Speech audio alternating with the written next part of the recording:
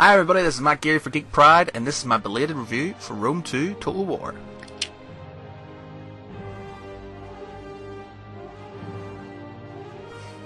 Being a geek, I have numerous hobbies and activities that I enjoy partaking in. So many activities! Two of which activities I enjoy more than the others, to the point of mild obsession. It's war games and military history.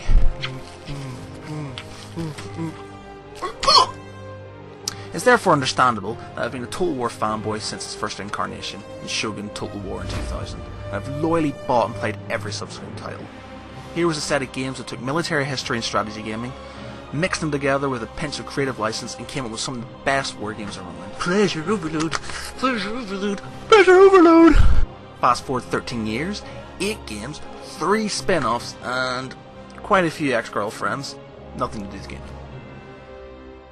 Maybe a little bit to do with gaming. Alright, I have a problem! And we didn't come to a new game per se, but a reboot of one of the best titles, Rome Total War, which Creative Assembly originally named Total War Rome 2. As you can expect, there isn't a massive change in setting from the original, and it's focused around Europe, the Middle East, and North Africa, which feels a lot bigger after playing what is ostensibly quite a small area in Shogun 2. There's still a great number of nations to play, some broken down into sub-factions like Roman clans, Carthaginian dynasties, and Greek city-states. The map is beautifully rendered, showing off some nice little animations when you win and lose battles, lay siege to cities, sink a ship, or expand your settlements. And as always, if you pick a fight, the camera zooms into the two protagonists before you choose to have at it yourself, or let the computer deal with it for you. One nice little add to this Total War staple is that if you do choose the computer to fight for you, you can also choose how the computer fights. So you can have offensively, defensively, or neutral. Each has its own benefits depending on the situation and the army you face. For example, you wouldn't fight defensively if your opponent was mostly skirmishers and ranged weapons, as you would just get shot to pieces. It's best to take the damage and wreak havoc when you get amongst them. Things Creative Assembly have changed about the campaign map and mechanics are subtle, but generally add to the gaming experience. City management is streamlined, and despite being a bit confusing to start with, especially if you're used to the older system, works quite well. You can now set edicts for provinces you control, giving you bonuses in tax, food, production and morale. Also, the diplomacy tab gives you a bit more insight into why people don't like you, and sadly, they just don't like you. Why don't they like me? Armies are now not unlimited and grow as your empire does, and you have to have a general for each one. Armies also have different stances when moving, so you've got ambush, force march, fortify and raid. The latter meaning that your army pretty much lives off the land, reduces production of the area and increases civil unrest. Also, when you want to embark them, you don't actually have to buy yourself a fleet, it automatically gets ships. And also, you don't have to buy garrisoning troops. Pretty much depending on what buildings you have, you get troops within. And when you're attacked, you automatically get defensive forces of infantry, ships, plebs. One last thing to worry about. I have to say I'm quite impressed with these little improvements. Little amuses the innocent and all. Especially the fact that you don't have to use garrisoning units. I always felt bad for those poor Joes in previous games who weren't getting enough action, but now when I build an army, its sole purpose is to bring it to the uncivilized world. And then get unceremoniously wiped out by a bunch of farmers with rusty spoons and silly hats. Not again. The battles are arguably the main pull for Total War fans, and for many the sole reason they play the game at all. There's nothing better than building an army, gaining experience and marching to victory over overwhelming odds, or more soul destroying than doing the same only to be defeated in a close run battle. Battles are the proving ground for Total War, and you can be the best administrator in the land, but if you can't win a stand-up fight, you can't build an empire. Now, for those purists out there who were worried that Creative Assembly might have messed around with the mechanics, you can let out a sigh of relief, as the combat system, which has barely changed in 13 years, is still alive and kicking, with a few bells and whistles to keep things ticking over. I remember when these battlefields were orange groves, as far as you can see. There are now a lot more options for your generals to use in combat, so depending on the traits you pick, giving you an edge.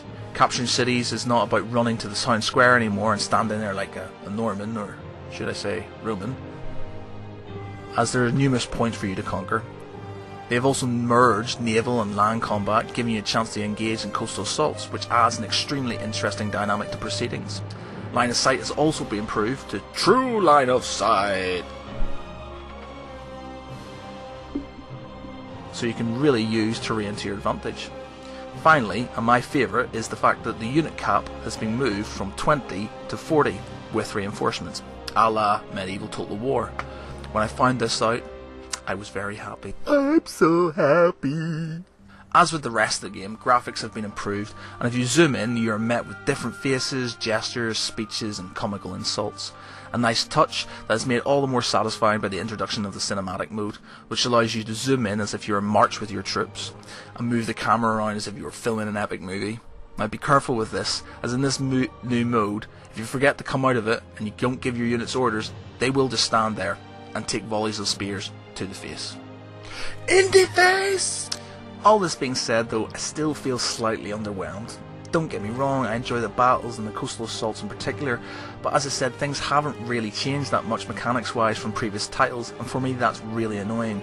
You still have the same sort of formations that you got in Shogun 1, and the game that prides itself in historic accuracy, I can't help but slightly irked by the lack of historic formations and combat options, as well as the same old problem that if you deploy in a town, you can't get too close to a building. No, perish the thought of garrisoning said tall tower or being able to actually deploy units from one side of an alley to another without a gap. Also, as much as the AI seems to be slightly more intelligent, blocking off key alleys when attacking towns, charging your skirmishers and redeploying to face an encroaching threat, man can it be stupid. Some prime examples are keeping a chunk of their forces in a nice dense box so my artillery can bombard them with flaming shot, attacking me, a superior force, when they are on defence, and rigidly sticking to defensive positions in cities even though my cavalry is about to trample them to death from behind. These AI issues also spill out onto the campaign map, and sometimes you will find a huge army replete with fortifications and support being assailed by a raiding party of some second-rate nation, only to be wiped out with little or no loss to your forces. Thanks for the XP, I guess. Or an ailing city-state decides that out of the blue it's going to declare war on you, even though it's got an iceberg's chance of hell to survive. I'll be having your city then, and all your slaves.